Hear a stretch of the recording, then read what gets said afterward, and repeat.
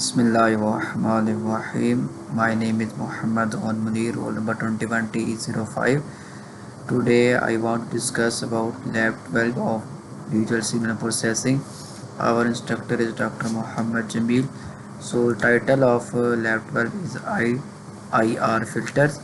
So uh, this is the required book for that lab. So moving to a task 1, here we are given with the DSP system, that is 2x of n minus 4 x of n minus 1 minus 0.5 y of n minus 1 minus y of n minus 2 with initial conditions y of minus 2 is equal to 1, y of minus 1 is equal to 0, and x of minus 1 is equal to minus 1, and the input x of n is u1. Compute the system response y of n for 20 samples using MATLAB. Here we are given with the following MATLAB code, that is the example 6.2 of our course book. So I have written this example on the MATLAB. So moving to the MATLAB, that is the code. So after running this code, we have a sample number of input x of n, out of y of n, and the output y of n, that is the part b. Here is the numbers that we are given. So moving to our next task, that is we are given with the transfer function depicting a DSP system, that is the transfer function. So determine the impulse response h of n, step response y of n, and the system response y of n. The input is given as x of n, that is this. So moving to our next MATLAB code. First of all, in this code we define number, that is 1 1, then we define a denominator, then we define impulse response, then we define step response, then we have an input signal, that is n 0 to 10, then we have an input signal x of n, then we define system response, then we plot these signals by use subplot command, use temp command, give title x label, y label, then we label title step response, then we label step system response. So it's time to run this code. After run this code, we have a impulse response, step response, and system response. So moving towards our next task. In next task we are given with the digital transfer function and demand that we plot poles and zeros, use frequencies to find and plot a frequency response. So moving towards is MATLAB code.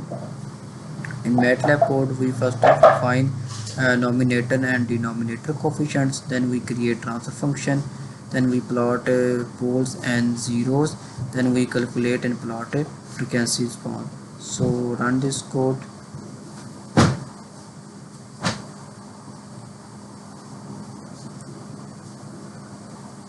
It takes some time. So after run this code, we have a frequency response and as well as zeros and poles. So moving towards the next task. In next task, that is given with the same as we did in last lab, so I can't put that code. So moving to our next task, that we are given with the digital system with the sampling rate of 8000 Hz to determine the frequency response. So moving towards the code. In this code, we first of all define the system coefficients, then we set the sampling rate as given, then we compute the frequency response, plot the magnitude response, and we plot the phase response. So run this code. After run this code, we have a phase response as well as frequency response. Now moving to our next task. In our next task, we are given with the following digital functions. First of all, we plot the poles and zeros on the z plane. Use the MATLAB function to plot the magnitude, frequency response and phase response transfer function, then identify the corresponding filter type. So we are given with the following code that we used in the task. So moving toward the task, we are defined with the numerator and denominator. Then we create the transfer function, then we plot poles and zeros, then we calculate the frequency response, and then we plot the magnitude response, then we plot the phase response, then we identify filter type based on frequency response. For this we use if else if commands. After finally we display filter type. So run this code. After run this code, we have a magnitude frequency response as well as phase frequency response, as well as we have a pole zero. So that type is a band stop filter as written in the command window.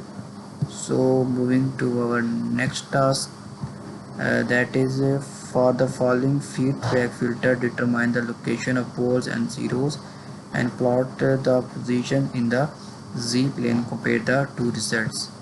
So moving towards this MATLAB code, in this we first of all define first filter coefficients, then we define filter 2 coefficient, then we create transfer function for both these filter coefficients, then we plot zeros and poles for the filter 1. For this we use subplot command to title, then we plot poles and zeros for filter 2, then we compare the result. For this we use the display command. So run this code.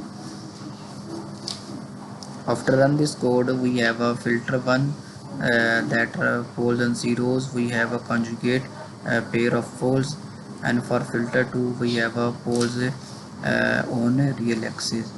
So that is output of that task.